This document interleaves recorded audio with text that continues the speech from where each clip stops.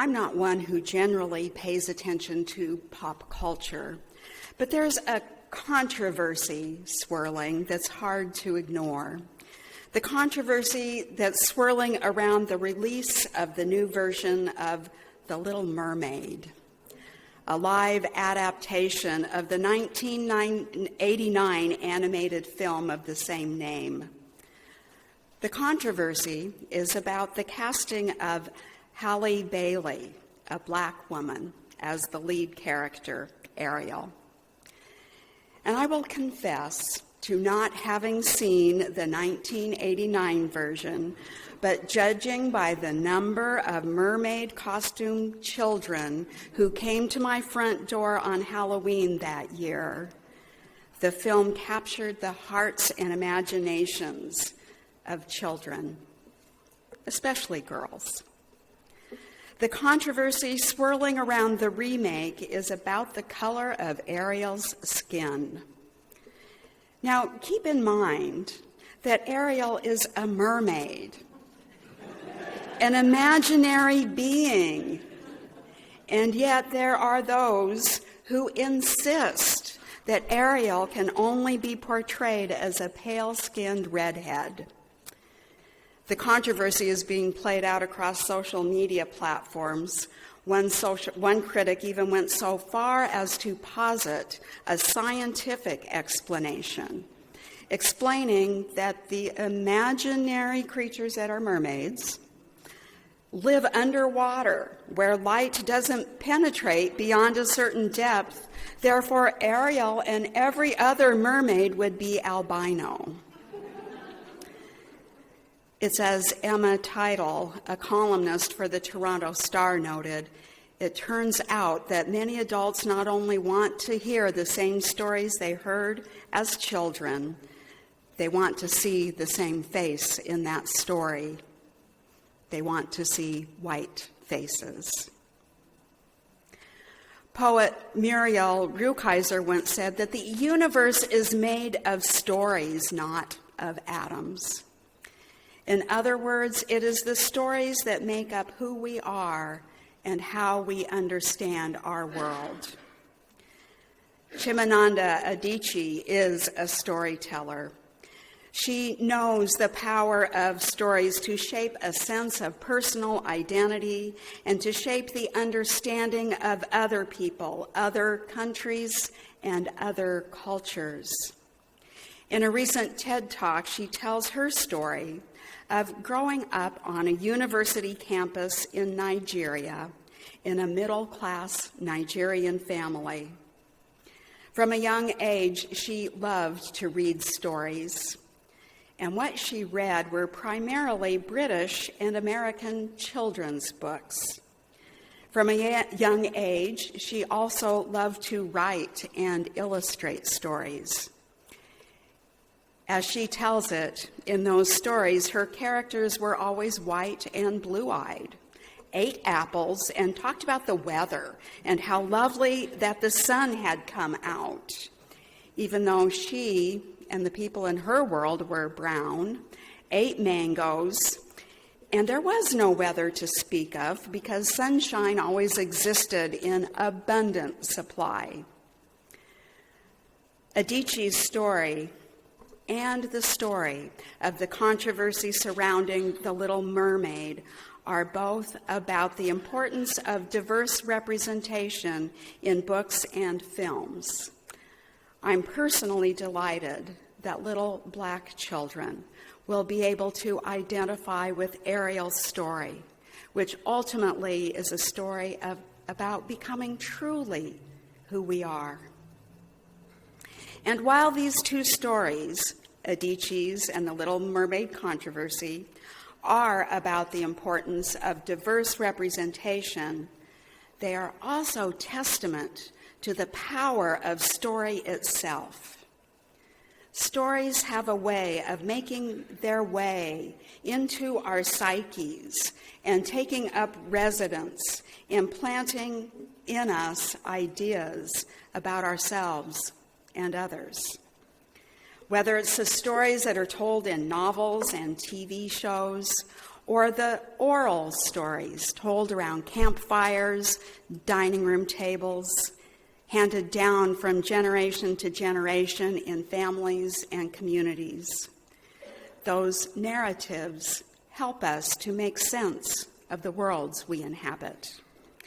They connect the past to the present and help us understand or misunderstand how things came to be the way they are and how we came to be who we are. Not being able to see Ariel, the mermaid, as any other than white is an example of what Adichie calls the danger of the single story. She says the consequence of the single story is that it robs people of dignity. It makes our recognition of our equal humanity difficult. It emphasizes how we are different rather than how we are similar. When we tell a single story, life and people become one-dimensional, and the story hardens into stereotypes. Whenever we find ourselves thinking that we know the truth about someone based on some characteristic, be it age or height or weight or occupation, gender identity, sexual orientation, skin color, or the region of the country or the world where they come from. If you find yourself doing that, there's likely a story behind any of those stereotypical ideas that we hold. And I think that we all know something of what it feels like to be put in a box like that. There's a book of poetry that's been on my shelf for many years that has followed me in my many moves around the country. It's titled Old Wounds, New Words, Poems from the Appalachian Poetry Project. In it is a poem written by Joe Carson that relays a common story told about Appalachian mountain people.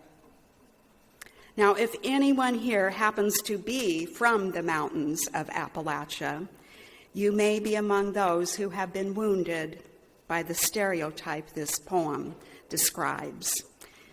If so, I think you're going to like the ending. My one great-grandparent, who was not born in Norway, was born in the rural hill country of Appalachia. She was often cast as the villain in our family story. And I've come to understand that she wasn't a villain, quite the opposite. She was an accomplished woman in her own right, which is another story for another day. I've come to understand that she wasn't a villain at all, but a misfit in the culture of the Norwegian-American family that she married into.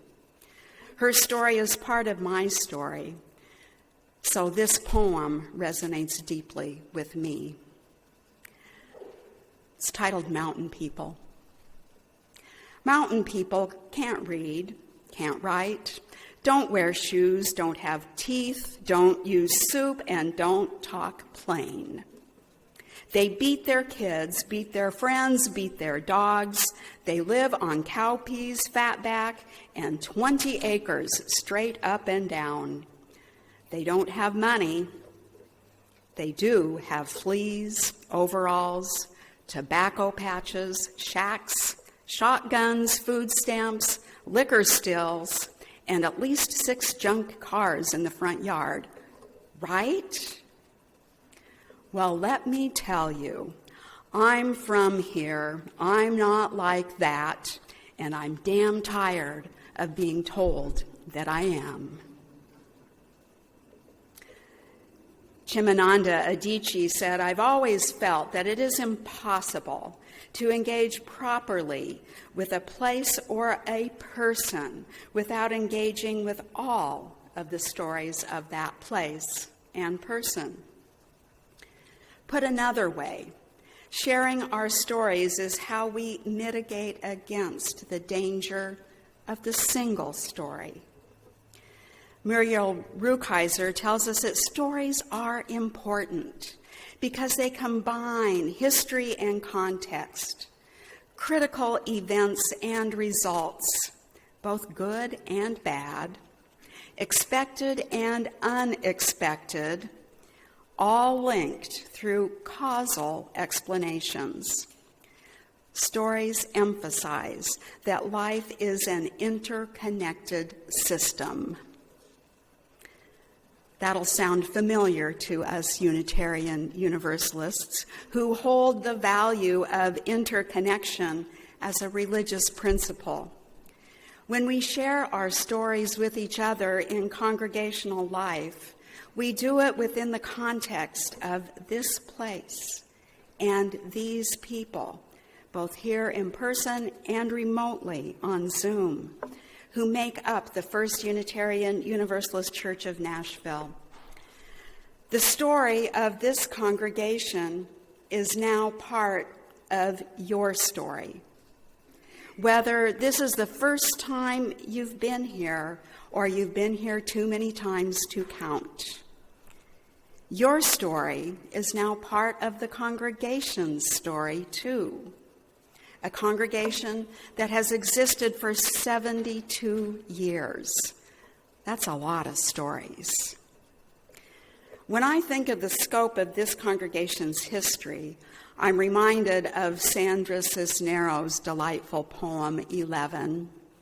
When you're 11, you're also 10 and 9 and 8 and 7 and 6 and 5 and 4 and 3 and 2 and 1. In that same way, the First Unitarian Universalist Church of Nashville is 72 and also 62 and 52 and 42 and so on.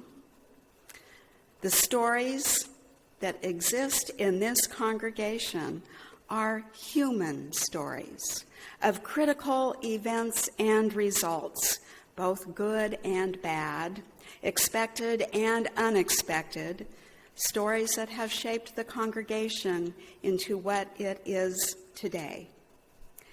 Just as a person is the accumulation of memories and stories across a lifetime, so it is with a community of people.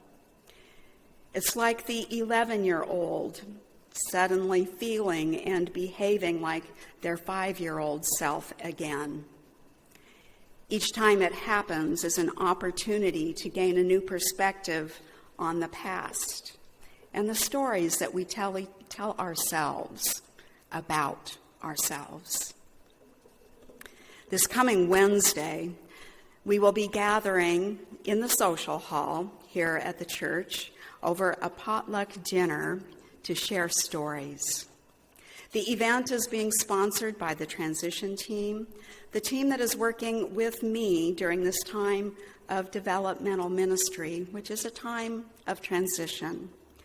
It's also part of the church-wide year-long program, Widening the Circle, which is a program focused on widening our circle of inclusion. Engaging in this program means living into the diverse, multicultural, beloved community we yearn to be. The stories that we tell today and how we tell those stories will shape the future. This Wednesday, those who gather to share stories will be invited to sit at tables designated by the decade and when you first came to the congregation.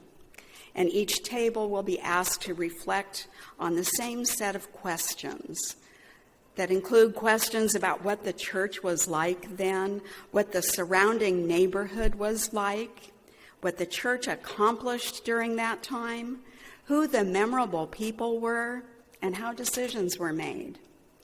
It should be a fun and lively evening, a time to reconnect with old friends and make some new friends. As a living, breathing entity, the stories of the congregation, because they are human stories, will include some times of triumph and sometimes of tragedy, times of struggle, and times of celebration. Together, these stories shape the congregation's identity because no one single story defines the identity of the First Unitarian Universalist Church of Nashville. And if you are unable to attend, don't despair. We will capture what is shared on flip chart paper and make a timeline of the church's history back as far as living memory goes. The timeline then will be kept on display for a month or so to be reviewed and added to. If you want to attend but feel like you can't bring food, come anyway. There will be plenty. There is a story that is being written right here and right now. We are all co-creators of what that story will be. This congregation has a bold vision of becoming a place where mermaids of every color can coexist, where we can celebrate our differences while sharing a common humanity.